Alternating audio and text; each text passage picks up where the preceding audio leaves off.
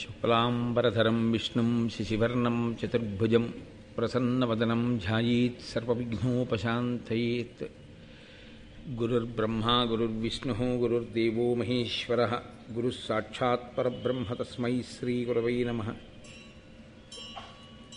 వ్యాసాయ విష్ణురూపాయ వ్యాసరూపాయ విష్ణవే నమో వై బ్రహ్మనిధయే వాసిష్ఠాయ నమో నమః. కూజంతం రామ రామీతి మధురం మధురాక్షరం ఆరుహ్య కవితాశాఖాం వందే వాల్మీకికోకిలం. శ్రుతిస్మృతిపురాణానాం ఆలయం కరుణాలయం నమామి భగవత్పాదశంకరం లోకశంకరం.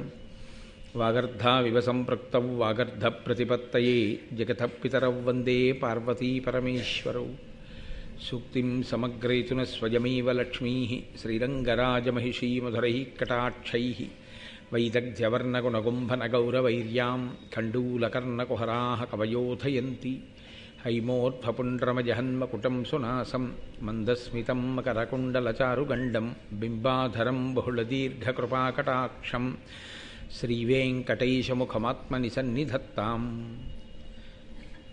విమలపటీ కమలకుటీ పుస్తకరుద్రాక్షసస్తహస్తపుటీ కామాక్షీ పక్ష్మలాక్షీ కలిత విపంచీ విభాసి వైరించీ.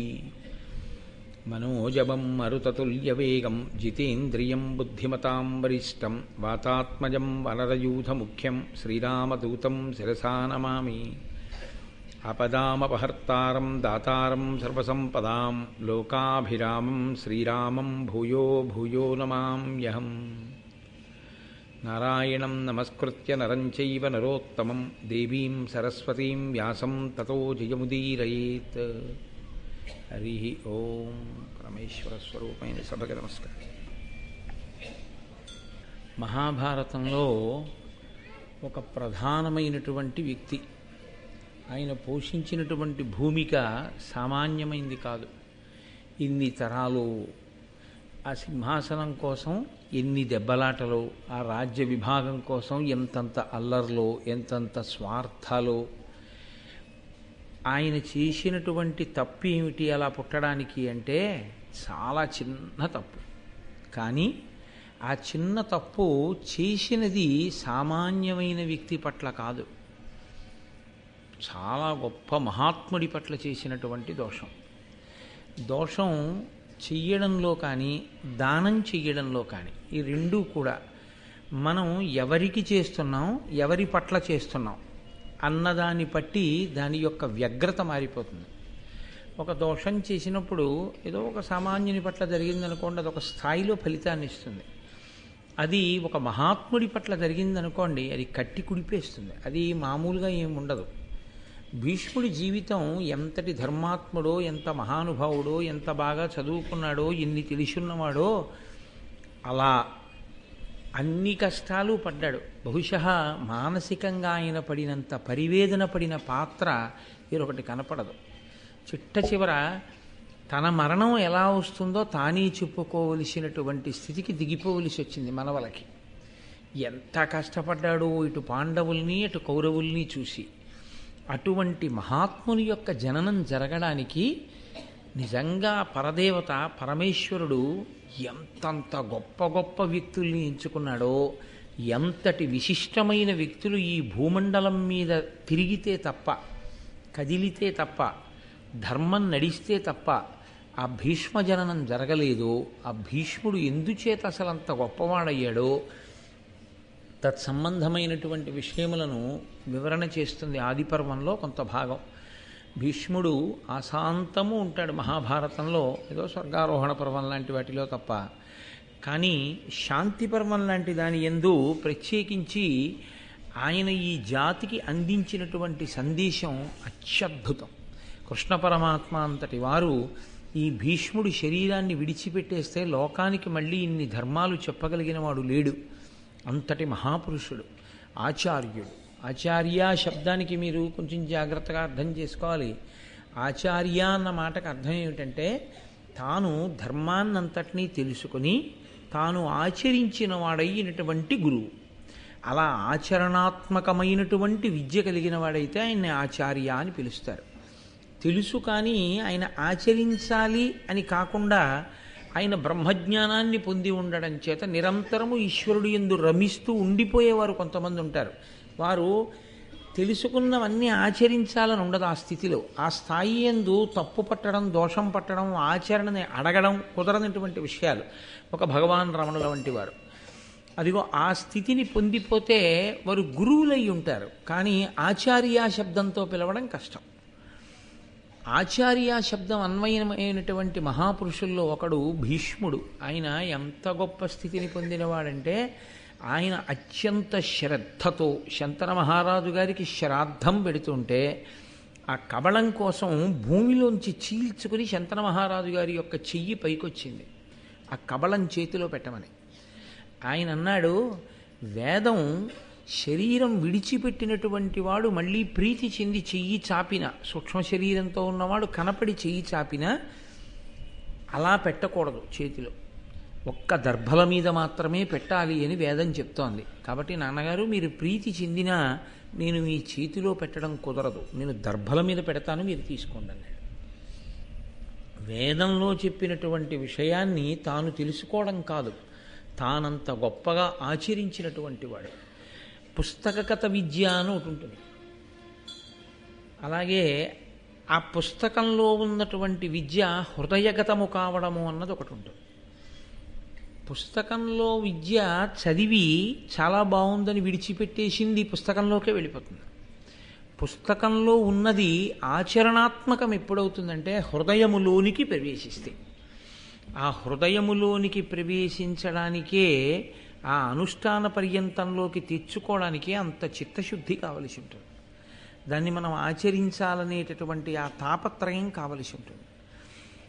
సరే, ప్రారంభం చేస్తూ నిన్న మనం భరతుడి గురించి చెప్పుకున్నాం. వంశకర్తలు అంటారు వాళ్ళందరినీ. వంశకర్త అంటే అందరూ వంశకర్తలు కాలేరు కూడా. ఎందుకంటే మీరు నన్ను మన్నించగలిగితే నేను మీతో ఒక విషయం ప్రస్తావన చేస్తాను. మీ ముత్తాతగారి నాన్నగారు ఎవరు అని అడిగారు అనుకోండి, చాలామంది చెప్పలేరు. ముత్తాతగారి నాన్నగారు ఎవరు అని ముత్తాతగారి వరకు గుర్తుంటే చాలా గొప్ప విషయం. అసలు ముత్తాతగారి నాన్నగారు ఎవరు, ముత్తాతగారి తాతగారు ఎవరు అని అడిగారు అనుకోండి, అంత ఎవరికి ఏం తెలియవు.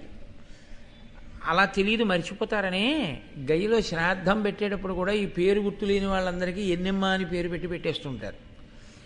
కాబట్టి మనకి జ్ఞాపకంలో ఉండరు. జ్ఞాపకం చెయ్యవలసినంత గొప్ప స్థితిని కీర్తిగా కొంతమంది పొంది ఉండరు.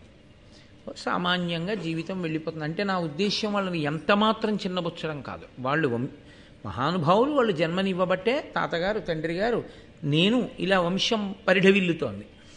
కానీ వంశకర్త అన్న మాటకి పేరేమిటంటే ఆ వంశం ఇక్ష్వాకు వంశం అయితే, నిన్ననే మీతో మనవి చేశాను, రఘువు పుట్టిన తర్వాత రఘువంశము అన్నారు. అంటే ఆ వంశం పేరే మారిపోయింది ఆయన పేరు మీదుగా. అంటే అంతటి మహితాత్ముడై అంతటి గొప్పవాడైతే ఆయనని వంశకర్త అని పిలుస్తారు. మీరు వింటూ వస్తున్నారు ఆ వంశం ఎలా వెళుతోంది అన్న విషయాన్ని. ఎంతమంది రాజులో పుట్టినటువంటి వారు. అందులో మీరు మొన్నటి రోజు నేను ఉపన్యాసం పూర్తి చేసినప్పుడు యయాతి మహారాజు తన సంతానంలో పూర్ణికి రాజ్యాన్ని ఇవ్వడం దగ్గర విన్నారు. నిన్నటికి అది భరతుడి దగ్గరికి వచ్చింది. ఆ తరువాతి కాలంలో వచ్చినటువంటి చాలా గొప్పవాడు ఆ వంశ పరంపర అలా చాలా కాలం కొనసాగి వెళ్ళిపోయిన తరువాత ఆ భరత వంశము కురువంశము అని పిలిపించుకుంది. అంటే వంశం మారిపోయిందని కాదు, వంశకర్త మళ్ళీ వచ్చాడు అని. అంటే అంతటి మహితాత్ముడు వచ్చాడు. ఆయన సంవరుణుడు తపతి అనబడేటటువంటి వారికి జన్మించినటువంటి వాడు కురుడు. ఆయన మళ్ళీ అంత ప్రఖ్యాతి వహించాడు. అందుకే ఆయన పేరు మీదుగా వంశం కురువంశం అని పిలువబడింది. వాళ్ళు యుద్ధం చేసినటువంటి క్షేత్రం కూడా కురుక్షేత్రము అని పిలువబడింది. అటువంటి వంశం నడిచి వెడుతోంది. అంటే దాని యందు మహాత్ములు పుట్టుకుంటూ వస్తున్నారు. ఈలోగా ఇక్ష్వాకు వంశంలో ఒక మహాపురుషుడు జన్మించి ఉన్నాడు. ఆయన పేరు మహాభిషుడు. ఆయన సామాన్యమైన వాడేం కాడు. ఆయన 1000 అశ్వమేధయాగములు చేశాడు. ఒక అశ్వమేధయాగం చేయడమే చాలా గొప్పది. కలియుగంలో అశ్వమేధయాగం లేదు. అసలు కలియుగంలో అశ్వమేధయాగము ఆచరించమని లేనే లేదు. కాబట్టి కలియుగంలో అశ్వమేధాన్ని సంకల్పము చేయకూడదు, కలియుగంలో అశ్వమేధాన్ని చెయ్యను చెయ్యరు, తప్పు అసలు. కలియుగంలో మరి అశ్వమేధయాగం ఏమిటి అని అడిగారు. అనాథ ప్రేత సంస్కారమే అశ్వమేధయాగం. ఎక్కడైనా సంస్కరించడానికి నావారన్నవారి లేకుండా ఎక్కడైనా అనాథ శవం పడుంటే ఆ అనాథ శవానికి సశాస్త్రీయంగా ఎవరు అంత్యేష్టి సంస్కారాన్ని చేస్తారో వారికి అశ్వమేధయాగం చేసినటువంటి ఫలితాన్ని ఆ ఖాతాలో వేస్తారు. అసలు చాలా ఆశ్చర్యకరమైన విషయం ఏమిటంటే సనాతన ధర్మంలో అత్యంత గొప్పదిగా చెప్పబడిన సంస్కారములలో ఒకటి అంత్యేష్టి సంస్కారం. ఇది మీకు అంత గొప్పగా అంత సమంత్రకంగా చేయడం అనేటటువంటిది చాలా చోట్ల చాలా విశ్వాసముల యందు కనపడదు. అది సనాతన ధర్మమునందు అంతర్భాగం. అందుకే దీన్ని సామాన్యులు కాదు ఆచరించడం. ఈశ్వరుడు అవతారాన్ని స్వీకరించినప్పుడు కూడా అనాథ ప్రేత సంస్కారం జరగకపోతే ఆయన ఒప్పుకోలేదు. రామచంద్రమూర్తి ఎక్కడెక్కడ అటువంటి వారితో తనకి సంఘం ఉన్నా వారికి అంత్యేష్టి సంస్కారం చేసి పెడుతుంటాడు.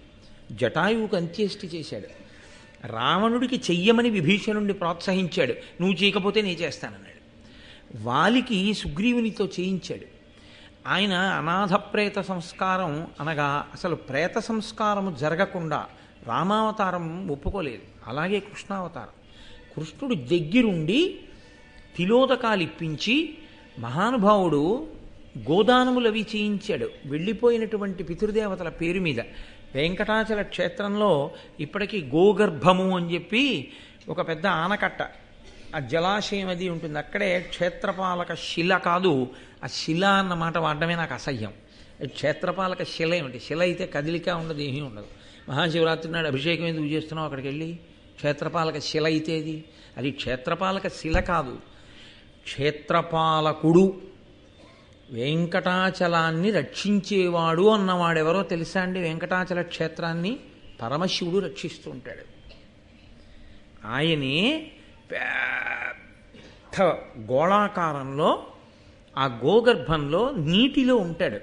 ఒకసారి మనందరం వెళ్ళినప్పుడు కొంతమందికి నేను చూపించాను కూడా. అక్కడ కూర్చోబెట్టి విష్ణు సహస్రం అవి చదువుకున్నాం కూడా.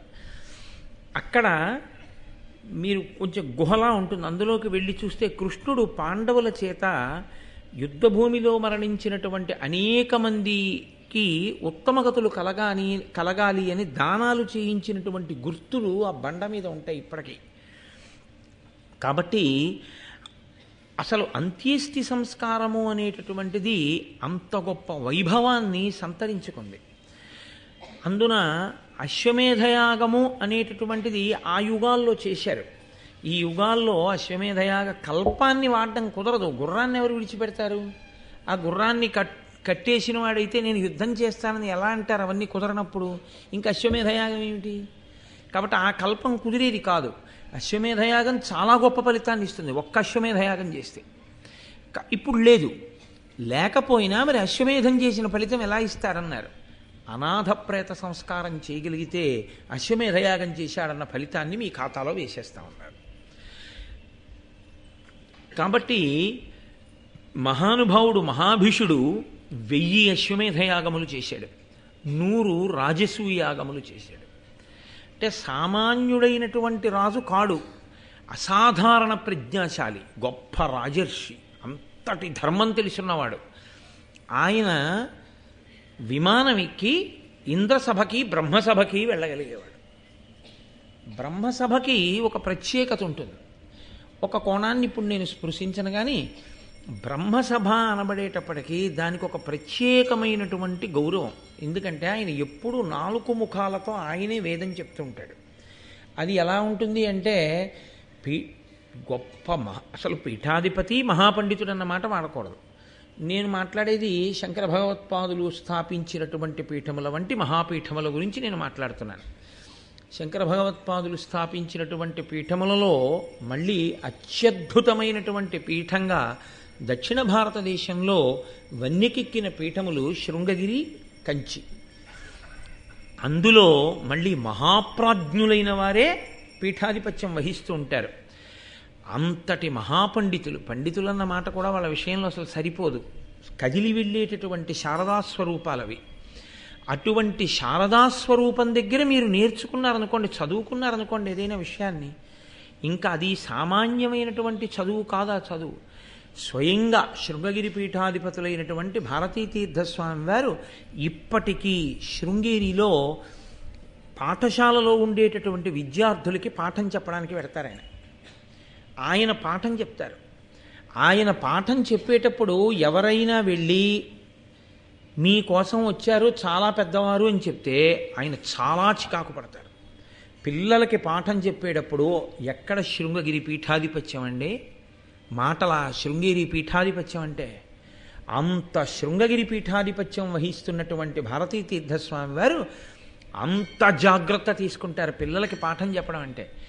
ఎన్ని కోట్ల కోట్ల మందిలో ఏ ఒక్కడు ఆ అదృష్టాన్ని పొందుతాడు అటువంటి మహానుభావుడి దగ్గర పాఠం నేర్చుకోవడం అంటే. ఆయన వారి గురువుగారి దగ్గర ఉజ్జయిన్లో వారు చాతుర్మాస్యం చేస్తుంటే సిప్రా నదిలో స్నానం చేస్తూ వెళ్తుంటే వారి కాళ్ళు పట్టుకున్నారు. నీకేం కావాలని అడిగితే మీ దగ్గర తర్కశాస్త్రం నేర్చుకుంటానన్నారు. స్వయంగా అభినవ విద్యాతీర్థ మహాస్వామి వారు కూర్చోబెట్టి భారతీతీర్థస్వామి వారికి తర్కశాస్త్రాన్ని నేర్పారు. ఇప్పుడు భారతీతీర్థస్వామి వారు ఎంతోమంది విద్యార్థులకి పాఠం చెప్తుంటారు ప్రతిరోజు. నేను భారతీతీర్థస్వామి వారి దగ్గర ఫలానా చెప్పుకున్నాను అని చెప్పుకోవడమే జీవితంలో ఒక గొప్ప వరం. అటువంటిది సాక్షాత్తు చతుర్ముఖ బ్రహ్మ. నాలుక మీద సరస్వతీదేవి ఉంటుంది. నాలుక మీద సరస్వతి నర్తించేటటువంటి చతుర్ముఖ బ్రహ్మగారు 4 ముఖములతో వేదం చెప్తూ ఉంటారు. పరమేష్ఠి అని పేరు ఆయనకి. ఆ మహానుభావుడు ఆయన ఆధ్యక్షమునందు కూర్చుని ఉండగా అంత మర్యాదగా ఉంటుంది సభ. అక్కడ ఇంకా ఏ ఇతరమైనటువంటి కల్మషభూయిష్టమైన ఆలోచనలతో కూడినటువంటి ప్రవర్తన అక్కడ అంగీకరింపబడదు. బాహ్యాభ్యంతరములయందు లోపల అటువంటి భావన ఉండకూడదు, పైన అటువంటి భావన ఉండకూడదు. ఆ స్థితికి చేరగలిగాడన్నవాడు మాత్రమే బ్రహ్మసభలోకి ఎడతాడు తప్ప అక్కడికి వెళ్ళిపోవడం అనేటటువంటిది అసలు సాధ్యమే కాదు. దానికి తోడు మళ్ళీ బ్రహ్మసభలోకి వెళ్ళాలి అంటే చాలా చూస్తారు. ఇప్పుడు నేను అవన్నీ చెప్పడం కుదిరే విషయాలు కావనుకోండి.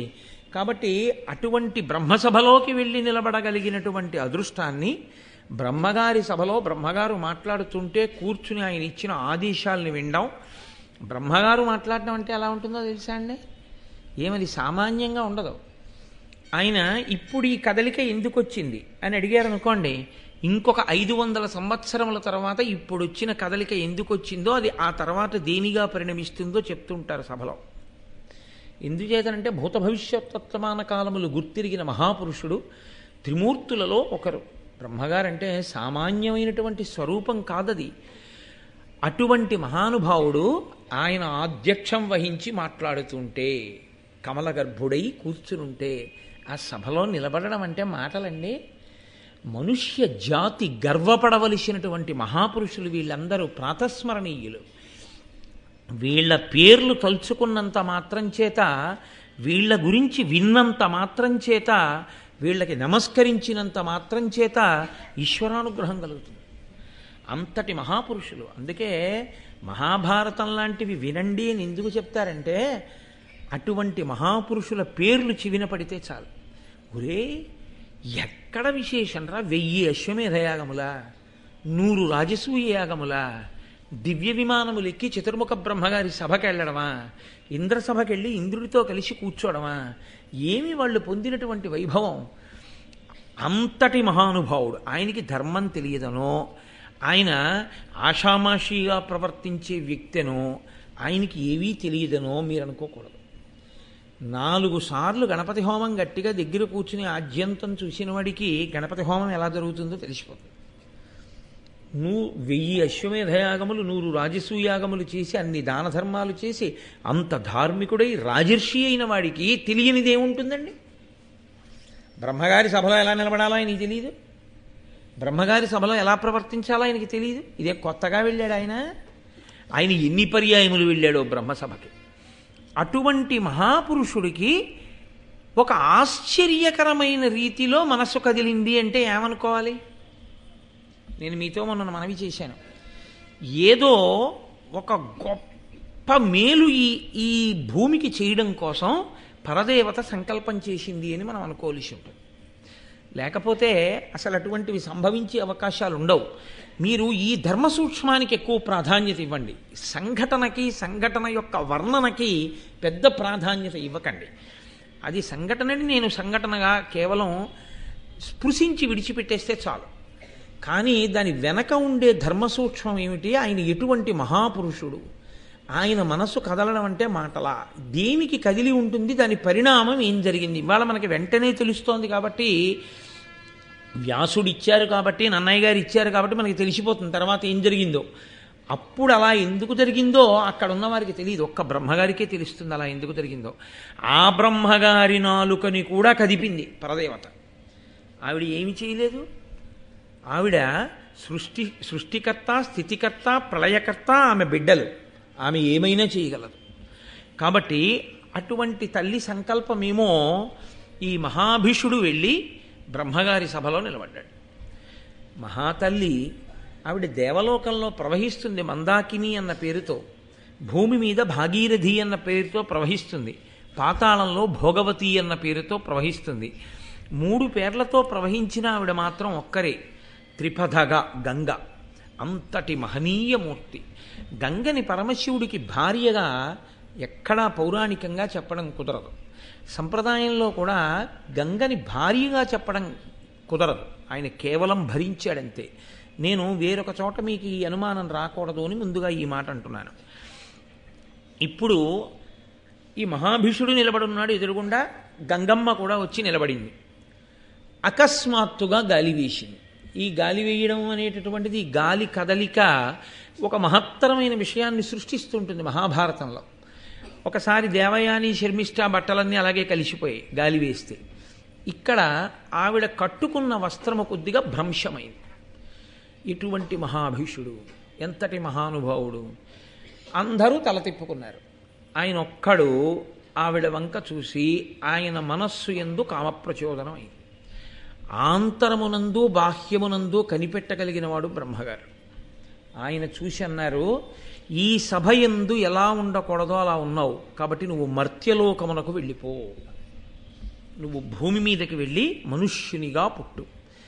ఏమంటే బ్రహ్మగారి నోటి వెంట రావాలంటే శిలవైపోదువుగాక అనవచ్చు. యుక్తాయుక్త విచక్షణ లేకుండా ప్రవర్తించావు కాబట్టి నీ ఒక జంతువు అయిపోదువుగాక అనవచ్చు. నువ్వు బ్రహ్మరాక్షసుడు వగుదువుగాక అనొచ్చు. ఆయన అనలేదు. ఆయన నీవు మనుష్యలోకమునందు జన్మించదవుగాక అన్నారు.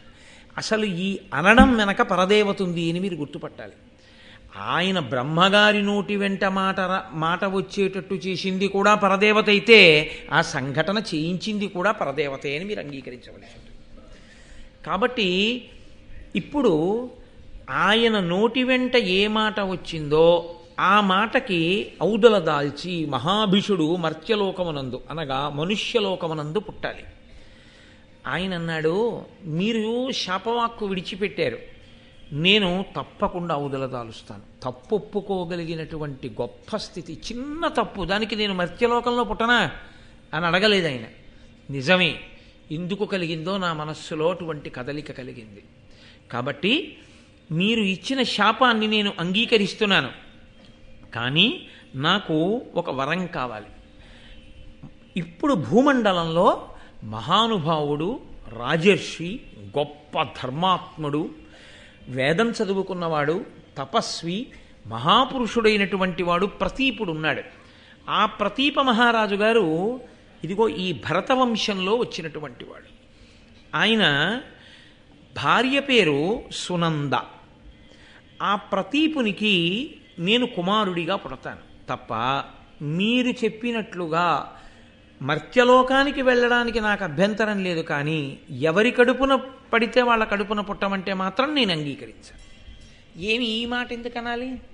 ఏ ప్రతీపుడికి పుడితే మాత్రం మనుష్యుడు కాడే అంటే కాదు.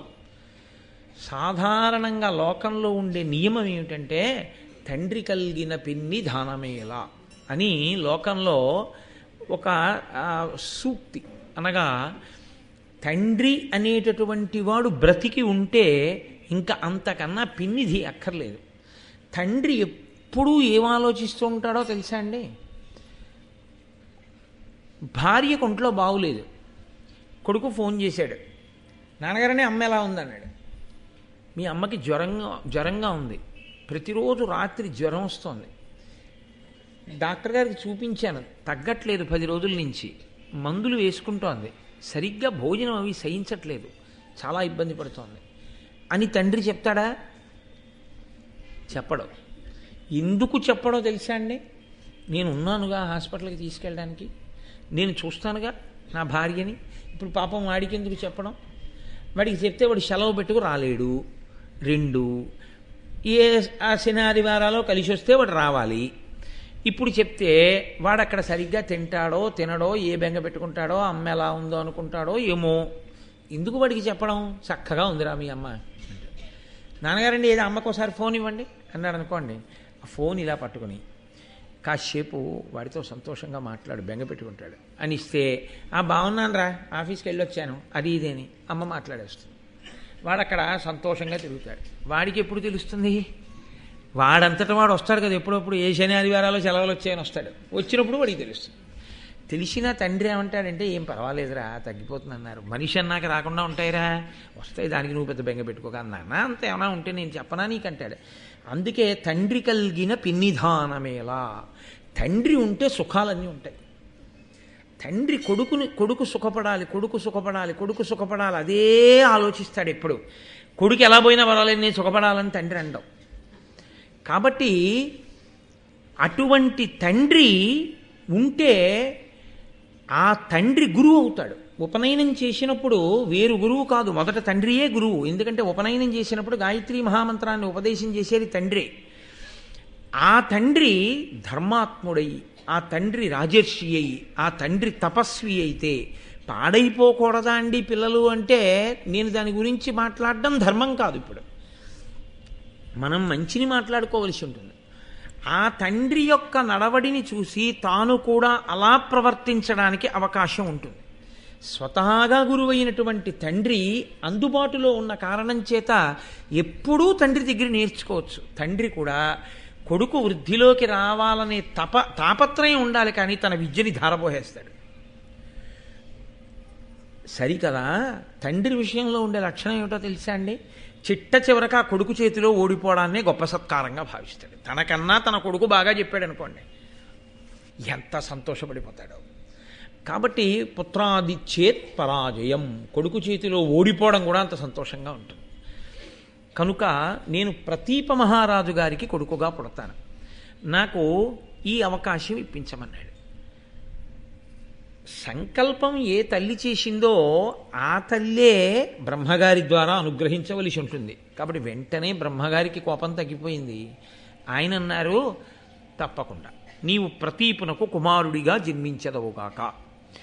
ఇప్పుడు ఈ మహాభిషుడు ఇక్ష్వాకు చంద్రవంశంలో ప్రతీప మహారాజు గారి యొక్క కుమారుడిగా పుట్టాలి అని సంకల్పం చేసుకుని బ్రహ్మసభలోంచి బయటికి వెళ్ళిపోయాడు. ఇంకా ఆయన గంగమ్మ వంక చూడలేదు. మహాభారతంలో గంగమ్మకి బ్రహ్మగారు శాపం ఇచ్చినట్లు లేదు. ఎందుకు ఇవ్వలేదు అంటే, ఆవిడ దోషం ఏముందని ఇవ్వాలి? ఆవిడేమీ లేకి ప్రవర్తన చేయలేదు, గాలి వేసింది, ఆవిడ వస్త్రం భ్రంశమైంది అంతవరకు. కానీ తన వైపు అలా చూసి అంత శాపానికి గురి భూమండలం మీద రాజుగా పుట్టడానికి అంగీకరించి వెళ్ళిపోతున్నటువంటి మహాభిషుని యందు గంగకి అనురాగం అంకురించి ఆవిడ కూడా వెనకాల వెళ్ళి, ఈయన భూమి మీద పుడుతున్నాడు కాబట్టి నేను కూడా ఇప్పుడు భూమి మీద నా అంశతో కనపడతాను, సాకారముగా నేను కనపడతాను. పాపం వెర్రివాడు నన్ను చూసి కదూ ఇంత శాపానికి గురయ్యాడు, నన్ను ఏ దృష్టితో చూశాడో ఆ దృష్టితో చూడడం ధర్మమైపోయేటట్టుగా భార్యనవుతాను. ఎంత ఆవిడ ఇంకొకలా కాదా ఉద్దేశం. అప్పుడు మహాభిషుడు ఏ రూపంతో ఏ పేరుతో భూమండలం మీదకి వస్తాడో ఆ రూపానికి ఆ వ్యక్తికి గంగమ్మ భార్య అయితే, అప్పుడు ఆ మహాభిషుడు ఏ పేరుతో పుట్టాడో ఆ పేరుతో గంగని భార్యగా స్వీకరించిన తరువాత ఆ దృష్టితో చూడడానికి, కామదృష్టితో చూడడానికి అభ్యంతరం రాదు. ఎందుకంటే కామము ధర్మంతో ముడిపడుతుంది. అయ్యో ఇంత దెబ్బతిన్నాడు కాబట్టి నేను కూడా అలా పెడతాను అంటే ఆడ మనసుగా, తల్లి మనసుగా, విశాల హృదయంగా గంగ ఆలోచించి ఆవిడ కూడా ఒక నిర్ణయం చేసుకుని వెడుతోంది. ఈ వెడుతున్న సమయంలో అష్టవసువులు ఆవిడికి కనబడ్డారు. అష్టవసువులు పవిత్రాత్ములు, మహానుభావులు వాళ్ళు. ఆ అష్టవసువులు ఆవిడికి కనపడి ఆవిడితో ఒక విషయం చెప్పారమ్మా, మాకు ఒక శాపం కలిగింది, ఆ విషయాన్నంతటినీ మీకు చెప్తాం అంటే మళ్ళీ ఇంకొక చోట చెప్పవలసి వస్తుంది కాబట్టి ఇక్కడ అంత మటుకు మాత్రమే. మాకు ఒక శాపం ఉంది కాబట్టి మేము 8 కూడా ఇప్పుడు భూమండలం మీద పుట్టాలి. తల్లి, ఆ పుట్టేదేదో వాళ్ళ కడుపున వీళ్ళ కడుపున పుట్టకుండా నీ కడుపున పుడతాం. అమ్మ అంగీకరిస్తావా, మమ్మల్ని కొడుకులుగా కంటావా అన్నారు. ఈవిడెందు ఏ కోరికతో వెడుతోంది? మహాభిషుడు ఎవరిగా పుడితే ఆయనకి భార్యగా అవడానికి ఎడుతోంది. భార్యగా అవడంతో ఏ ఆడదాని జీవితమైనా పరిపూర్ణత పొందినట్ట? అలా ఏ ఆడది భావన చేయదు. అమ్మ అని పిలిపించుకుంటేనే దానికి సార్థకత, పరిపూర్ణత. ఒక్క భార్యాస్థానంలో కూర్చోవడం వల్ల పరిపూర్ణత రాదు కదా. అందుకని ఎలాగో నేను అమ్మ అనిపించుకున్న నాడే సార్థకత కాబట్టి మనుష్యుడికి భార్యనైన మనుష్యకాంతగా ఉంటాను కాబట్టి అప్పుడు అమ్మ అనిపించుకోవాలి. ఈ పిల్లల్ని నాకు కొడుకుల్ని చేసుకుంటే తప్పేమిటి? వసువుల్ని మంచిదేగా, మంచి కొడుకులు పుడతారు. తప్పకుండా ఆవిడ అభయం ఇచ్చేసింది. అభయం ఇచ్చేయగానే వాళ్ళు అన్నారు, అమ్మ పుట్టగానే తీసుకెళ్ళి మమ్మల్ని గంగలో పడేయండి. ఆవిడ హడిలిపోయింది. ఇంతటి మహాత్ములు నా కడుపున పుడతారా? నేను పుట్టిన వాళ్ళందరినీ పట్టుకెళ్ళి గంగలో పారైనా ఎందుకు అలా పారేయడం అని అడిగింది. మాకు వశిష్ఠ మహర్షి శాపం అమ్మ, భూమి మీద పుట్టాలి, పుట్టి ఉండమని లేదు, పుట్టమని ఉంది. కాబట్టి పుట్టి మాకు మత్స్యలోకంలో ఉండాలని లేదు, పుట్టగానే తీసుకెళ్ళి మళ్ళీ గంగలో పడాయి. మేము మరణించి అంటే ఆ శరీరాన్ని వదిలేసి మళ్ళీ వసువులుగా వెళ్ళిపోతాం. అంటే ఆవిడంది, అమ్మా అని పిలిపించుకోవడం కేవలం మాతృత్వ సిద్ధి చేత కుదరదు. బిడ్డల్ని ప్రసవిస్తే కుదరదు. ఆ బిడ్డడు బ్రతికుండి అమ్మ అని పిలిస్తే కదూ ఆ పిలుపు యొక్క అమృతాన్ని నేను ఆస్వాదించడం. అలా పిలవడానికి ఒక్కడైనా ఉండద్దా మీలో? ఆ ఒక్కడు 3 రోజులు ఉంటాను, వారం రోజులు ఉంటాను, 3 ఏళ్ళు ఉంటాను, 5 ఏళ్ళు ఉంటానంటే ఏ తల్లి అంగీకరిస్తుందా? అలాగా ఏ తల్లి అయినా ఏం కోరుకుంటుంది? పరిపూర్ణాయుర్దాయంతో తన కొడుకు ఉండాలని కోరుకుంటుంది. కాబట్టి దీర్ఘాయుష్మంతుడై మీలో ఒక్కడు ఉండడా అని అడిగింది ఆవిడ. అడిగితే వాళ్ళన్నారు, మాయందొక్కొక్కళ్ళ తురీయాంశము దాల్చి శుభచరిత్రుండై దీర్ఘాయుష్యుండష్టమవసు భుజుడుండు నీకు ఆత్మోద్భవుడై. అమ్మా, మేము 8 వసువులం కదా, 7 వసువులం మాలో ఉండేటటువంటి 4వ వంతు తేజస్సుని ఒక వసువు అయినటువంటి ప్రభాసుడు అని ఆయన యందు ప్రవేశపెడతాం. ప్రభాసుడు తన తేజస్సుతో మా 7 యొక్క తేజస్సులోని ఒక్కొక్క అంశతో కలిపి ఇంత తేజోమూర్తి అయి అపారమైన భుజపరాక్రమము కలిగినటువంటి వాడై దీర్ఘాయుష్మంతుడై నీ కడుపు పండి నువ్వు పొంగిపోయేటట్టుగా ఇటువంటి మహాపురుషుణ్ణి కన్నామన్న పేరు నీకు చిరస్థాయిగా ఉండిపోయేటట్టుగా నీ కడుపున అలా దీర్ఘాయుష్మంతుడవుతాడమ్మా. నీకు చాలా చాలు. నాకటువంటి కొడుకు కావాలి, మీ కోరిక నేను తీరుస్తాను, 7 పుట్టగానే గంగలో పడేస్తాను. ఇది ఎవరి వరకు తెలుసు? ఒక్క గంగకి తెలుసు, వసువులకి తెలుసు. పొడదామని వెడుతున్నటువంటి మహాభిషుడికి తెలుసా? తెలియదు. గంగ వస్తోంది పోని అన్న విషయం తెలుసా? తెలియదు. మీరు ఇక్కడే ధర్మ సూక్ష్మాన్ని జాగ్రత్తగా పట్టుకోవాలి. పైగా ఇప్పుడు తాను వెళ్ళి మహాభిషుడు ఎవరిగా పుడతాడో ఆయనకి భార్య అయిందనుకోండి, తన కొడుక్కి రాజ్యం వస్తుందని నమ్మకం ఏమిటి? తాను మహారాణి అవుతుందని నమ్మకం ఏమిటి? పైగా మీతో నేను నిన్ననే మనవి చేశాను, మహారాజ్ఞిగా కూర్చునేటటువంటి వ్యక్తి యొక్క కులగోత్రములు, ఆమె చరిత్ర ప్రజలకి తెలియాలి. ఎవరిని పడితే వాళ్ళని పట్టాభిషేకం చేస్తాను అని ప్రభు నిర్ణయం తీసుకున్నా ప్రజలు సహేతుక కారణం చూపించి తిరస్కరిస్తే ప్రభువుకు అధికారం ఉండదు, పట్టం కట్టడానికి వీల్లేదు. మీకు నేను ఎక్కడి వరకు ఎందుకు ఇక్కడే ఒక ధర్మసూక్ష్మం చూపిస్తాను. ప్రతీప మహారాజు గారికి సునంద యందు పెద్ద కొడుకున్నాడు. ఈ పిల్లవాడు పుట్టక ముందే ఆయన దేవాపి అని పేరు. తర్వాత ఈ మహాభిషుడు శంతన మహారాజుగా పుట్టాడు వెళ్ళి. 3వ పిల్లవాడు ఇంకొకడు ఉన్నాడు, వాడి పేరు బాహ్లికుడు. ఇందులో ఈ ప్రతీప మహారాజు గారికి ముందు పుట్టినటువంటి పెద్ద కొడుక్కి కదండి రాజ్యం ఇవ్వాలి, శంతనుడికి ఇవ్వకూడదుగా. మహాభిషుడు శంతనుడిగా రెండో కొడుకుగా కదా వెళ్ళాడు. పెద్దవాడికి ఇవ్వాలి రాజ్యం.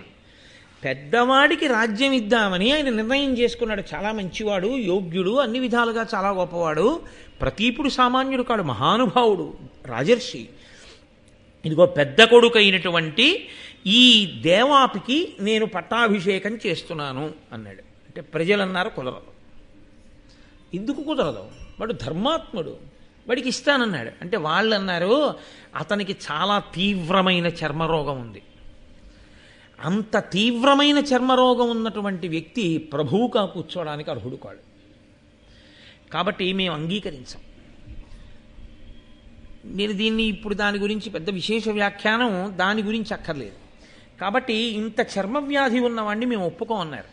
అంటే ప్రతీప మహారాజు గారు ఎంత ధర్మాత్ముడంటే ప్రజలు ఒప్పుకోలేదని తీసేశాడు. నీకు ఇవ్వట్లేదురా రాజ్యం అన్నాడు. అంటే ఆయన ఇక నేను ఎలాగో రాచరికం చెయ్యను కదా, నాకు ఇతర భోగములు అక్కర్లేదని తపస్సు చేసుకోవడానికి వెళ్ళిపోయాడు. అందుకని రెండో వాడికి ఇచ్చారు. మరి మూడో వాడు రాజ్యం కోసం భాగానికి రాలేదా అని మీకు అనుమానం రావచ్చు. బాహ్లికునికి మేనమామ గారి సామ్రాజ్యం వచ్చింది, అందుకని ఆయన మేనమామ గారి దగ్గరికి వెళ్ళిపోయాడు. శంతన మహారాజు గారికి ప్రతీప మహారాజు గారి రాజ్యం అంతా శంతనుడికి వచ్చింది. ఇప్పుడు ఈ శంతన మహారాజు గారు అయితే నేను సంస్కృత భారతంలోంచి కొంత కలిపి చెప్తున్నాను.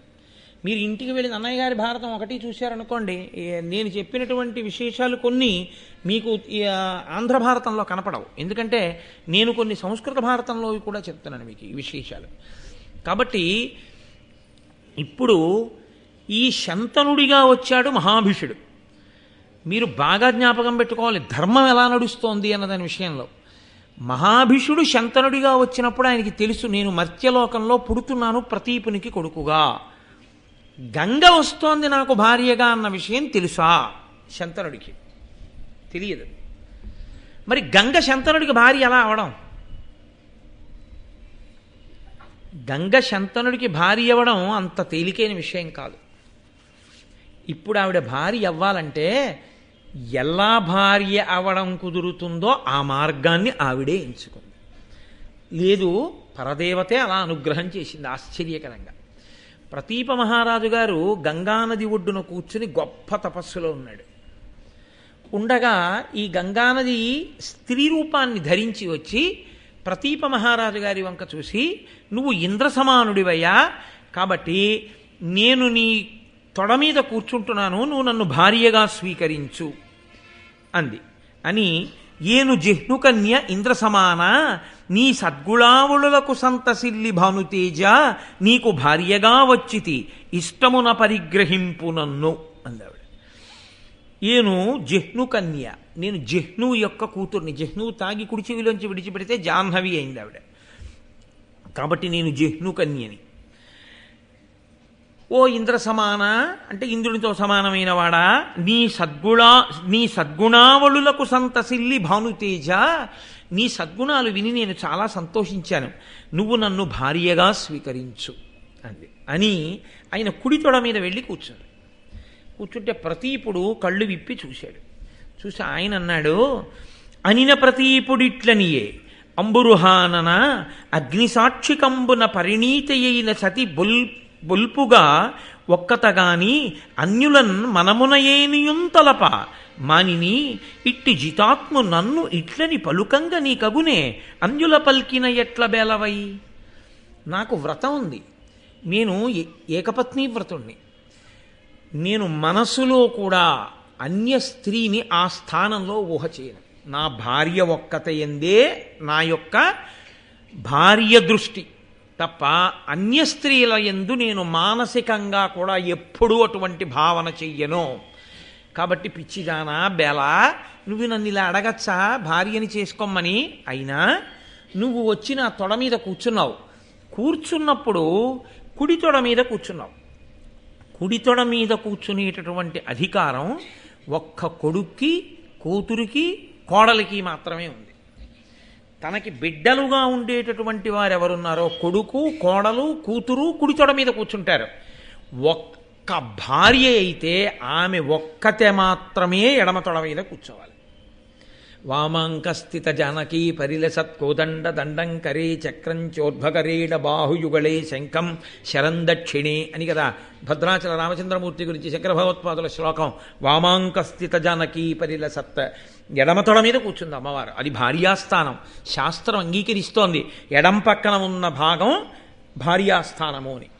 కాబట్టి నీవు ఎడమతొడ మీద కూర్చుంటే నాకు భార్యాస్థానాన్ని అడిగిన దాని అవుదు. నా కుడితొడ మీద కూర్చున్నావు కాబట్టి నా కూతురివి కావు, నా కొడుకువి కావు. కాబట్టి నువ్వేమవ్వాలి? నా కోడలివి అవ్వాలి. నా కోడలివి అవ్వాలంటే నాకు కొడుకు పుడతాడు ఎప్పుడప్పుడు. ఎందుకని? పెద్ద కొడుకు తపస్సు చేసుకోవడానికి వెళ్ళిపోయాడు, రెండవ వాడికి రాజ్యం ఇవ్వాలి. ఆ కొడుక్కి నిన్ను భార్యని చేసుకోమని నేను చెప్పి వెళ్ళిపోతాను. ఇంత ధర్మాత్ముడు, ఇంత రాజర్షి అయిన వాడు కోడల్ని నిర్ధారించి వెళ్ళాడు. మా నాన్నగారు చెప్తే చేసుకున్నానని చెప్పి చేసుకుంటే ఇక కులపెద్దలు కానీ పౌరులు కానీ పురోహితులు కానీ అడ్డు పెట్టడానికి ఏం లేదు. ఆవిడ సచ్చరిత్ర కింద లెక్క. ఆవిడ కడుపున పుట్టిన బిడ్డలకి రాజ్యాధికారం వస్తుంది. ఎంత చమత్కారం జరుగుతోందో చూడండి. కాబట్టి ఇప్పుడు ప్రతీపుడు ఆమెకి మాట ఇచ్చాడు, గంగ వెళ్ళిపోయింది. మళ్ళీ జలస్వరూపాన్ని పొందేసింది. కొంతకాలం అయిపోయింది. మహాభిషుడు, ఎవరు మహాభిషుడు? పేర్లు ఇన్ని వాడడంలో మర్చిపోకూడదు. బ్రహ్మసభలోకి వెళ్ళి చూసినవాడు ఆయన ఉన్నాడే, గంగమ్మని చూసినవాడు. ఆ మహాభిషుడు ఇప్పుడు శంతన మహారాజుగా పుట్టాడు. ఈ శంతన మహారాజు మళ్ళీ చాలా ధర్మాత్ముడు. ఎంతటి ధర్మాత్ముడు, ఎంతటి రాజర్షియో, ఎంతటి గొప్పవాడో ఆంధ్ర భారతంలో లేదు. కానీ సంస్కృత భారతంలో శంతన మహారాజు గారి గురించి చాలా గొప్ప విషయం ఒకటి వ్యాసభగవానుడు ప్రతిపాదన చేశాడు. అసలు ఆయనకి శంతనుడు అన్న పేరు ఎందుకు వచ్చిందో చెప్పారు వ్యాసుల వారు. యం యం కరాభ్యాం స్పృశతి జీర్ణం ససుఖమశ్నుతే పునర్యువాచ భవతి తస్మాత్తం శంతనం విదుహు. ఆయన శంతన మహారాజు గారు అలా వెడుతూ ఉండగా ఎవరైనా తల ముగ్గుబుట్టలా అయిపోయినటువంటి ఒక వృద్ధుడు కనపడితే శంతన మహారాజు గారు తన రెండు చేతులతో వృద్ధుణ్ణి పట్టుకుని ఒకసారి ఆయన వంక చూస్తే వెంటనే అతనికి యవ్వనం వచ్చేది. అంతటి ధర్మాత్ముడు, అంతటి తపస్వి, అంతటి రాజర్షి, అంతటి మహానుభావుడు శంతనుడు. ఎందుకు శంతనుడు అంత గొప్పవాడు కాగలిగాడు? మహాభీషుడు శంతనుడిగా వచ్చాడు. ఎక్కడికి పోతుంది ఆ వైభవం? కాబట్టి ఇంతటి మహాత్ముడై ఉన్నాడు ఆయన.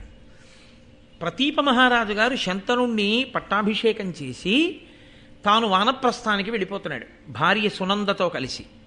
వెళ్ళిపోతూ ఎంత గొప్ప పేర్లండి అసలు. ఆ సునంద ఎంత అందమైన పేర్లు. ఏమిటో పుస్తకాలకి పేర్లు అని వెతుకుతారు. మహాభారతం చూడండి, లలితా సహస్రం చూడండి, ఎన్ని గొప్ప గొప్ప పేర్లు దొరుకుతాయో. అసలు మనకున్న ప్రామాణిక గ్రంథాలు పోయాయి. ఏ పేరు పెట్టుకుంటే అందమైన పేరో, ఏ పేరు పెట్టుకుంటే మనకు అభ్యున్నతి కలుగుతుందో ఆ పేర్లన్నీ వదిలేశాం. అక్కర్లేని పేర్లు ఏవో కొన్ని అక్షరాలు కలిపి దానికి అర్థం ఉందో లేదో కూడా తెలియదు. నన్ను ఈ మధ్య ఎవరో ఒక ఆయన అడిగాడు కూడా, అసలు దీనికి అర్థం ఏమైనా ఉందా అండి? నేను ఏమీ అర్థం లేదు బాబు, తప్పు కూడా అలా పెట్టుకోవడం అని చెప్పాను. అందుకని అలాంటి పేరు ఒకటి తెచ్చి పెట్టుకుంటారు.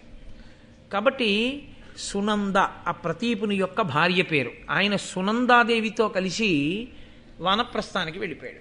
వెళ్ళిపోతూ కొడుకుతో చెప్పాడు, ఒకానొకప్పుడు నేను గంగ ఒడ్డున తపస్సు చేసుకుంటూ ఉండగా ఒక స్త్రీ వచ్చి నా కుడితొడ మీద కూర్చుంటే నేను ఆమెకి వరం ఇచ్చాను, నా కొడుకు నిన్ను వివాహం ఆడతాడని.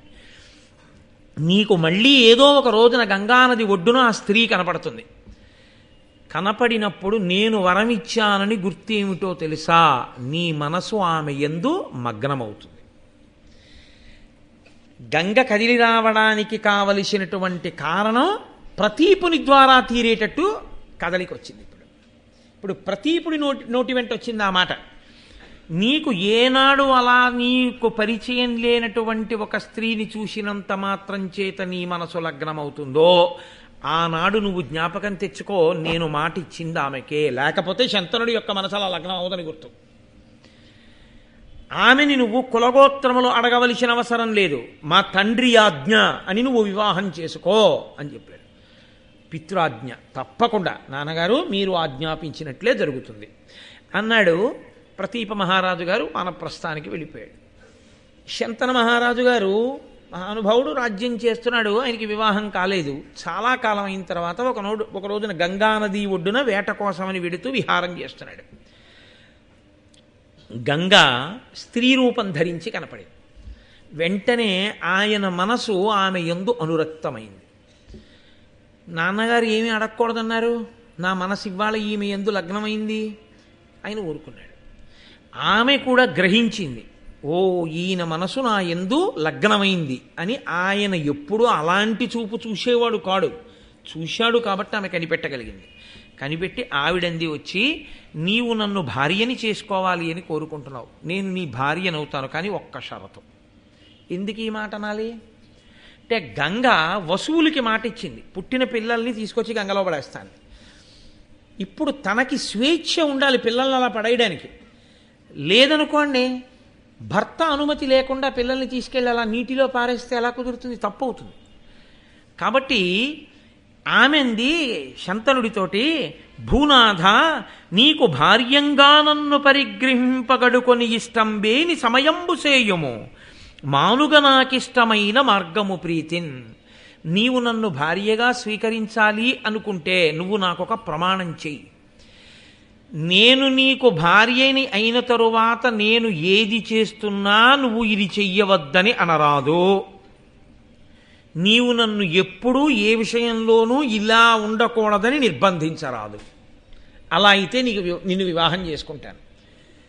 తండ్రి గారంతటి వాడు ఆజ్ఞ ఇచ్చాడు, శుభమే జరుగుతుంది కాబట్టి, లేకపోతే తండ్రి గారు ఎందుకు చెప్తాడు? కాబట్టి తప్పకుండా అలాగే నీ మాట నేనెన్నడూ కాదనను. మహానుభావుడు శంతనుడు ఏమనుకుంటాడండి, ఏదో ఆ జరత్కారువు చూడండి, నువ్వు ఏమైనా సరిగ్గా నా ఎందుకు గౌరవం తక్కువ చేసి ఉంటే వెంటనే నిన్ను మీ అన్న ఇంటికి పంపించి నేను తపస్కెడతానన్నాడు జరత్కారుడు.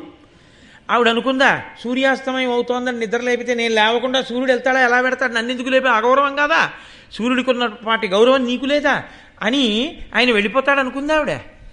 అలా ఇక్కడ కూడా ఏమైందంటే, ఆ మహా అడిగితే ఏమడుగుతుంది, మహారాజుని ఎందుకు వద్దని ఎందుకంటాను, ఏ పాట అడుగుతుందిలే అని అలాగే అన్నాడు. వివాహం అయిపోయి ఇద్దరూ సంతోషంగా ఉన్నారు. పండంటి కొడుకు పుట్టాడు. రాజుకి అసలు వంశం వంశం వంశం కలవరించిపోతారు. ఎందుకంటే మీరు ఒక విషయాన్ని బాగా జ్ఞాపకం పెట్టుకోవాలి, రాజు తను పరిపాలించడంతో పూర్తి అయిపోదు. కన్న బిడ్డలు ఎటువంటి వారో ప్రభువుకి తన ప్రజలు ఎటువంటి వారు. తల్లి తండ్రి చూడండి, ఓ ఆడపిల్ల పుట్టింది, ఓ మగపిల్లాడు పుట్టాడు. ఆయనకో 25,000 జీతం వస్తుంది. 25,000 జీతం వస్తుంది కదా, వాడికి చదివిస్తున్నాను వీడిని చదివిస్తున్నాను, అయిపోయింది.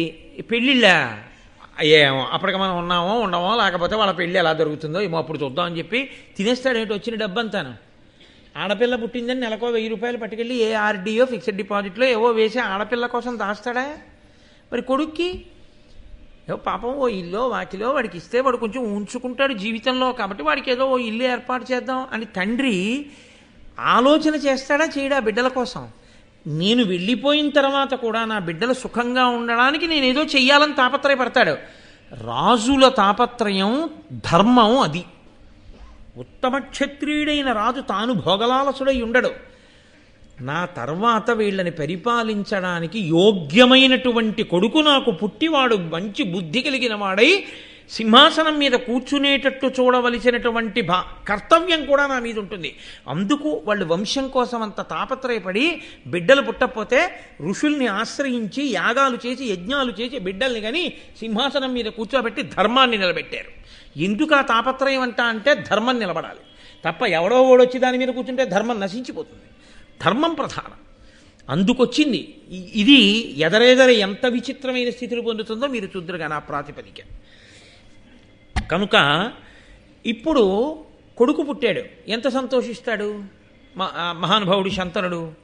ఆవిడ పొత్తిళ్లలో పట్టుకుని ఆ ఉన్నటువంటి పిల్లవాడిని తిన్నగా తీసుకెళ్ళి గంగానదిలో పడేసింది. చాలా బాధపడ్డాడు రాజు, ఊరుకున్నాడు. అలా ఎందుకు చేశావు అన్నాడు అనుకోండి, వెళ్ళిపోతుంది. కాబట్టి ఆ సమయమునందు శంతనుడికి ఉన్నది వ్యామోహమే. ఒకసారి మనసులోకి ప్రవేశించకూడదు, కానీ ప్రవేశించిందో అది జీవుణ్ణి పట్టుకుందో వాసనగా అది పూర్తిగా తీరేంత వరకు మళ్ళీ జన్మ ఎలా ఉంటుందో చూడండి.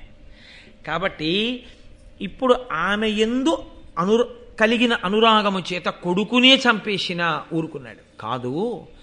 దాని యందు రెండవ కోణం వసువులకి గంగమ్మ ఇచ్చిన వరం, వశిష్ఠుడిచ్చిన శాపం. అందుకని వాళ్ళు వెళ్ళిపోవలసిందే మళ్ళీ పుట్టగానే. అందుకని 7 పర్యాయములు గర్భం ధరించింది, 7 మాటలు పిల్లల్ని తీసుకెళ్ళి గంగలో పడేసింది. ఊరుకున్నాడు ప్రభువు, ఏమీ అనలేకపోయాడు. 8వ పిల్లవాడు పుట్టాడు. ప్రభు 8వ మాట కొడుకు అన్నాడు. ఏమి సంతోషం ఆ ఇంట్లో! 8 కొడుకులు పుట్టారు, ఇంకోసారి కొడుకు పుట్టాడని సంతోషమా? మళ్ళీ బాధ మొదలు. అయ్యో తీసుకెడుతుంది, గంగలో పడేస్తుంది. అదేమిటని అనలేడు, మాట ఇచ్చాడు. అదేమిటంటే అలాంటప్పుడు కూడా వాళ్ళు కాదనరా, వాళ్ళు అటువంటి అనృతవాక్యం జోలికి వెళ్ళరు. వాళ్ళ ధర్మం అటువంటిది, వాళ్ళ సత్యం అటువంటిది, మాటిస్తే. కాబట్టి వరుణుడు ఆదిగా గల వసువులు తోట్టోడ పుట్టుచునున్న ఆ పొలతి వారి నల్లన పుట్టిన అప్పుడు కొనిపోయి నిర్దయయై గంగ నీరిలోన వైచిన ఎరిగి అవ్వసుమతీనాథుండు తనయులనిట్లేల దయ్యులేక గంగలో వైచెదు కడు అధర్మంబేల చేసెదు నా జోడు చిలువతన్ను బాసిపోవునలియు పలుకక ఎప్పటి ఎట్ల నిమ్మినుండు అంత పుట్టె తనయుడష్టముండు తల్లిదండ్రులకతి ప్రీతియును ముదంబు పెరుగుచుండా. ఇలా పిల్లలు పుడుతున్నారు, పట్టుకెడుతోంది, గంగలో పడేస్తోంది. 8వ మాట కుమారుడు పుట్టాడు. ఇప్పుడు ఇంకా ఆగలేకపోయాడు. అసలు భార్యని స్వీకరించడము అనేటటువంటిది వంశం నిలబడ్డానికి. వంశం నిలబడ్డానికి కారణమైనటువంటి కొడుకులు పుట్టిన వాళ్ళందరినీ గంగలో పడేస్తోంది. 8వ మాట కూడా పడేస్తే ఇంకా నేను కామోపభోగము కొరకు జీవితమే తప్ప నా పితృరుణం ఎప్పుడు తీరుతుంది? నాకు పాపం సంక్రమించట్లా? ఎంతకాలం ఇలా ఊరుకోనని ఆయన అన్నాడు. పడయంగరాని కొడుకుల కడుపలువుర పడసి పుత్రఘాతినివై ఈ కొడుకును దయార్క తేజుని విడువగ నేనోపననుచు వేడుకతోడన్. ఆయన అన్నాడు, బాలసూర్యుల వంటి కొడుకులు 7 పుట్టారు, బాలఘాతకివై వాళ్ళందరినీ తీసుకెళ్ళి గంగలో పారేశావు. ఆయనకి తెలియదుగా ఈ విషయాలన్నీ. వసువులు పుట్టారన్న విషయం తెలియదు. 8వ వాడిని కూడా అలా పడేస్తావేమో, నేను ఒప్పుకోను అంటే అప్పుడు ఆవిడంది, నేను ఈ పిల్లాన్ని పడేద్దాం అనుకోవట్లేదు అన్నన్నా. ఎంత పని జరిగిందిరా! ఇప్పుడు వద్దన్నాను, ఖచ్చితంగా పడేయద్దు అనుకున్న సమయంలో నేను చెప్పానని ఆయన అన్నాడు. మరి 7 ఎందుకు పడేసావు? అందుకు కాదు 8వ వాడిని వద్దన్నాను. 7 ఎందుకు పడేసావు చెప్పు అన్నాడు. అంటే ఆవిడంది, నేను పడేశాను అంటే దాని వెనకాతల ఒక పెద్ద కథ ఉంది మహారాజా. అష్టవసువులు 8 వసువులు ఒకానొకప్పుడు వాళ్ళ భార్యలతో కలిసి ఆకాశ మార్గంలో వెళ్ళిపోతున్నారు. కశ్యప ప్రజాపతికి దక్ష ప్రజాపతి కూతురైనటువంటి సురభికి కలిపి జన్మించినటువంటి ధేనువు, నందినీ ధేనువు అంటుంటాం కదండి, ఆవు దూడ, ఆవు. అది వశిష్ఠ మహర్షి మేరుపర్వత గుహలో తపస్సు చేసుకుంటున్నారు. ఆయనకి హవ్యకవ్యములు అంటారు. అంటే ఈ యజ్ఞయాగాది క్రతువుల యందు కావలసినటువంటి ద్రవ్యముగా, ప్రధాన ద్రవ్యముగా ఆ ఆవు పాలు, ఆవు పేడ, ఆవు పెరుగు, ఆవు నెయ్యి, పంచగవ్యాలు అన్నీ ఆవులోంచే వస్తాయి. అవి లేనినాడు ఎవరేం చేయగలరు? కాబట్టి ఈ ధేనువు యొక్క పాలని ఆయన వాడుకుంటుంటాడు. అదిగో అక్కడ తపస్సు చేసుకుంటున్నాడు. ఆవిడంది, అందులో ఆ 8 వసువులు భార్యలతో వెళ్ళిపోతుంటే ప్రభాసుడు అనబడేటటువంటి వసువు యొక్క భార్య ఆ ధేనువు వంక చూసింది. దీని పాలు త్రావి మానవుల్ 10,000 జరయు రుజయు ఎరుగక అమరభావమున సుఖంబు జీవింతురటే దీని నేల గనినవాడే ఇందు పెద్ద. ఇదిగో ఈ ఆవుందే, ఈ ధేనువు, ఆ వశిష్ఠ మహర్షి యొక్క ధేనువు, దీని పాలు ఎవరైనా తాగారో 10,000 సంవత్సరములు వృద్ధాప్యం రాదు, రోగం రాదు, యవ్వనంతో సంతోషంగా ఉంటారు. ఇంత గొప్ప ధేనువు, దీని పాలు ఇంత గొప్పవి. నిజంగా లోకంలో ఎన్నో ఉండి ఐశ్వర్యవంతులం అంటారు, కానీ ఇలాంటి ధేను ఎవరికుందో వాడే గొప్పవాడు అని ఊరుకుంది ఆవిడ. ఆవిడంది, భూలోకంలో ఉషీనరా అనబడేటటువంటి రాజ్యం ఉంది. ఆ రాజ్యాన్నేలే ప్రభువుకి ఒక కూతురుంది. ఆవిడ పేరు జితవతి. ఆ జితవతి నాకు స్నేహితురాలు. ఈ ఆవుని పట్టుకెళ్ళి నా స్నేహితురాలకి ఇస్తాను. ఈ ఆవు పాలు మా స్నేహితురాలు తాగి అదిగో 10,000 సంవత్సరములు యవ్వనంతో రోగం లేకుండా ఉంటుంది. ఎంత గొప్ప కానుకిచ్చావే అని సంతోషిస్తుంది. మీరు వసువు కదా, గొప్పవారు కదా, వెళ్ళి ఆ దూడను తీసుకురండి. ప్రభాసుడు ఏం చెప్పాలి? అది వశిష్ఠ మహర్షి యొక్క ధేనువేది, నేను తీసుకురావడం ఏమిటి అనాలి. కాదనలేకపోయాడు, అదొక బలహీనత. వెళ్ళి ఆ ధేనువును అపహరించి తీసుకొచ్చాడు. తీసుకుని వచ్చి ఇంకా పట్టుకెళ్ళి ఉషీనర రాజ్యానికి వెళ్ళి ఆవిడికి ఇవ్వనే లేదు. ఎవరికిద్దామనుకున్నాడో ఆ జితవతికి. ఈలోగానే వశిష్ఠ మహర్షి తిరిగి వచ్చారు. ఏది ధేనువు అని అడిగారు. ధేనువుని ఎవరో ఎత్తుకుపోయారు అన్నారు శిష్యుడు. ఆయన వెంటనే యోగదృష్టితో చూశారు ఎవరు తీసుకెళ్లారు అని. అష్టవసువులలో మిగిలిన 7 చెప్పలేదు. తప్పురా, అదేమిట్రా, ధేనువుని తీసుకురావడం ఏమిట్రా అనలేరు, వాళ్ళు ఊరుకున్నారు. కాబట్టి ఇప్పుడు ఆయన అన్నాడు, ఈ 8 వసువులు భూలోకమునందు జన్మించెదరుగాక అని. వాళ్ళకి అర్థమైంది, శాపవాక్కు విడిచిపెట్టాడని. 8 పరుగు పరుగున వచ్చి వశిష్ఠ మహర్షి యొక్క పాదాల మీద పడ్డారు. అటువంటి మహానుభావుడు పట్ల చేసిన చిన్న అపచారం కూడా కట్టి కుడిపేస్తుంది. అందుకే లోకంలో ఎప్పుడు ఏం చెప్తారో తెలుసా అండి? పెద్దల జోలికి వెళ్ళకండి, పెద్దల జోలికి వెళ్ళకండి అని చెప్తారు. ఎందుకంటే అది కట్టి కుడపడం ప్రారంభం చేసింది అనుకోండి, మీరు ఎక్కడికి వెళ్ళినా తప్పుకోలేరు. ఇక తప్పుకోగలగడం అన్నది సాధ్యం కాదు. యమదండం నుంచి తప్పుకోవచ్చేమో, మహానుభావులకు జరిగిన అవమానము వలన వారు పొందిన ఖేదముతో వారు విడిచిపెట్టినటువంటి శాపవాక్కు నుంచి తప్పించుకోవడం మాత్రం కుదరదు. మళ్ళీ వాళ్లే ఉపసంహారం చేయాలి. కాబట్టి ఇప్పుడు ఆ వసువులు 8 వెళ్ళి ఆయన కాళ్ళ మీద పడ్డారు. పడితే ఆయన అన్నారు, నేను ఒకసారి విడిచిపెట్టిన వాక్కుని తిప్పడం కుదరదు, కానీ ఒక సావకాశం కల్పిస్తాను. 8 భూలోకంలో పుట్టండని కదా అన్నాను. పుట్టండి అన్నాను కానీ ఇన్నాళ్ళు ఉండండి అనలేదుగా. మీకు అక్కడ ఉండడం ఇష్టం లేకపోతే మాయ కమ్ముతుంది అని మీరు అనుకుంటే పుట్టగానే శరీరం వదిలిపెట్టి వచ్చేయండి. కానీ పుట్టగానే శరీరం విడిచిపెట్టడం మీ చేతిలో ఉండదుగా. మనుష్యుడిగా పుట్టాక, మనుష్యునిగా పుట్టిన తరువాత శరీరం విడిచిపెట్టడం అన్నది మీ అంతా మీరుగా విడిచిపెట్టడం కుదరదు. పసిపిల్లాడిగా ఉండి మిమ్మల్ని అలా చంపేసే తల్లి దొరకాలి, లేకపోతే తండ్రి దొరకాలి. అలాంటి వాడు ఉంటే వెతుక్కోండి అని దాంట్లో అంతరార్థం. ఏ తల్లి చంపుతుంది పుట్టగానే పిల్లల్ని? దయాళువై ఉండాలి. వీళ్ళు మళ్ళీ అలా పుట్టేటప్పటికి ఈ విషయాన్ని గుర్తుపెట్టుకుని తాను పుట్టగలిగిన కారణజన్మురాలై ఉండాలి. ఆవిడైతే ఆ గర్భవాసంలో అలా మళ్ళీ వాళ్ళకి ఆ శాప విమోచనం ఇప్పించగలరు అని ఆయన అన్నారు. చేసిన దోషానికి అందరినీ ఒక గాట కట్టి శిక్ష ఎలా వేస్తాను? అలా వేయడం కుదరదు. కాబట్టి ఇందులో 7 పుట్టగానే మరణించవచ్చు.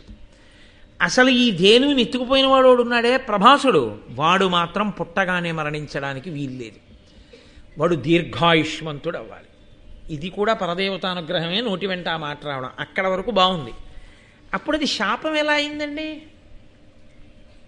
ఆయన ఏమన్నారో తెలుసా? వాడు సంతతి లేనివాడు కావాలి. అక్కడ వచ్చింది భీష్మాచార్యుల వారి జీవితం, అన్ని మలుపులు అక్కడ తిరగడం మొదలైంది. సంతత లేని వాని జీవితమునందుండేటటువంటి వైక్లభ్యములను ఇప్పుడు నేను వర్ణించడం సభాముఖంగా నాకు ఇష్టం లేదు. కాబట్టి ఎంత పెద్ద శాపవాక్కు వచ్చి పడిపోయిందో చూడండి. ధేనువు దూడని కదూ అపహరించావు, ఒక ఆవు యొక్క దూడని. నీకు బిడ్డలు లేనితనం ఏమిటో తెలియాలి. నా బిడ్డ లాంటిది ధేనువు. దాన్ని తీసుకుపోయినప్పుడు నేను ఎంత పరివేదన పడ్డానో, పిల్లలు లేని నువ్వు అంత బాధపడాలి. కాబట్టి బిడ్డలు లేకుండుగాక, దీర్ఘాయుష్మంతుడు వగుదువుగాక. కష్టాలు చూడడానికి పనికొచ్చింది ఆయన దీర్ఘాయుద్ధానికి, మహానుభావుడిది. కానీ అంతటి ధర్మాత్ముడు, ఏమి భీష్ముడు, ఆయన పేరు చెప్తేనే 2 చేతులు ఎత్తి నమస్కరించాలి, అంతటి మహానుభావుడు. కాబట్టి ఒప్పుకున్నాడు ప్రభాసుడు. 8 వసువులు బయలుదేరారు. అందుకునయ్యా ఎవరు చెప్తున్నారు ఈ విషయాలన్నీ? గంగ శంతన మహారాజుతో చెప్తోంది. పుట్టిన వాళ్ళు 7 వసువులు. వశిష్ఠ మహర్షి శాపం ప్రకారం వాళ్ళు వెంటనే శరీరం వదలాలి. నన్ను అడిగారు, అమ్మా ఎవరి కడుపునో పుడితే ఎలా సంభవం అవుతుందమ్మా? నీ కడుపునో పుడతాం, పరమపావనివి కనుక నీవు మమ్మల్ని పుట్టగానే తీసుకెళ్ళి గంగలో పడయ్యమ్మా అని అడిగారు. వాళ్ళు శాప విమోచనం పొందాలని పడేశానయా, కరకు తల్లినై కాదు అంది. 8వ వాడు దీర్ఘాయుష్మంతుడు కావాలిగా, అందుకని పడయ్యాలనుకోవట్లేదు. నువ్వు వద్దన్నావు, నేను వెళ్ళిపోవాలి. అంటే ఎక్కడ వరకు ప్రయోజనము జరగాలో అక్కడ వరకే. అంతేకాని ఇంకా ఆ అవసరం అయిపోయిన తర్వాత ఇంకా అలా ఉండడం కుదరదు. అది ఈ పైన నడిపించేటటువంటి ఈశ్వర శక్తి. కాబట్టి నేను వెళ్ళిపోతున్నాను, నాతో పాటు ఈ పిల్లవాడిని కూడా తీసుకెళ్ళిపోతున్నాను. ఎందుకో తెలుసా? పిల్లవాడికి చిన్నతనంలో అమ్మ అండ చాలా అవసరం. నేను తీసుకెళ్ళి యోగ్యుడైన కుమారుడిగా తీర్చిదిద్ది నీకు తెచ్చి అప్పచెప్పేస్తాను. మంచి కొడుకుని కన్న తండ్రి అని నువ్వు పొంగిపోదువు. గానివి ఎవరైనా భార్యను ఎందుకు స్వీకరిస్తారు? ఒక సంతానం కోసం స్వీకరిస్తారు. ఆ సంతానం నీకు లేకుండా చేయడం నా ప్రయోజనం కాదు. కాబట్టి కొడుకుని నాతో తీసుకెళ్ళిపోతాను అంటే నీకు ఇవ్వను అని కాదు, విద్యాబుద్ధులు చెప్పించి పరమ ప్రయోజకుడుగా తీర్చిదిద్ది ఈ కొడుకుని తెచ్చి నీకు అప్పగిస్తాను. అప్పుడు నీ భార్యాస్థానంలో కూర్చున్నందుకు నాకు ధన్యత తప్ప, నీకు బిడ్డలు లేనిది వాణ్ణి చేసి నేను భార్యాస్థానంలో కూర్చుంటే దేనికది? కాబట్టి నీకు కొడుకుని అప్పచెప్తానన్నాడు. ఎంత ధర్మం చూడండి, ఎక్కడికక్కడే ధర్మం. కాబట్టి ఇప్పుడు ఆయనని విద్యావంతుణ్ణి చేసి విద్యాబుద్ధులు చెప్పించేటటువంటి పూచి ఆ కర్తవ్యాన్ని గంగమ్మ తీసుకుంది. కాబట్టి వశిష్ఠుని యొక్క శాపము అంత తీవ్రమైనటువంటి శాపమయా, మామూలు శాపం కాదు. మనుజయోని పుట్టుడని వారికప్పుడు కోపమడర మునియు శాపమిచ్చే భయము ఉంది వివశులయి వచ్చి వారును వినయమొనరా ఇట్టులనిరి మునికి. వాళ్ళందరూ వచ్చి ప్రార్థన చేస్తే ఇదిగో 8వ వాడికి మాత్రం ఇంత ఘోరమైన శాపం ఇస్తే వాడు నా కడుపున పుట్టాడు, వాడిని విద్యాబుద్ధులు చెప్పించి 8వ వసువుని కొడుకుగా నీకు అప్పచెప్తానంది. తీసుకుని గంగమ్మ వెళ్ళిపోయింది. చాలా కాలం అయిపోయింది. శంతనుడు మహాధర్మాత్ముడు, చక్కగా ఏదో ఋషులతో కాలక్షేపం చేస్తున్నాడు, కన్న బిడ్డల్లా ప్రజల్ని పరిపాలన చేస్తున్నాడు. కొడుకు ఉన్నాడు, ఆ కొడుకు విద్యాబుద్ధులతో వస్తాడు కదండి. కాబట్టి ఆయన ఇంకా మళ్ళీ వేరొక స్త్రీ యందు ఆయన మనసు లగ్నం కాలేదు. అంటే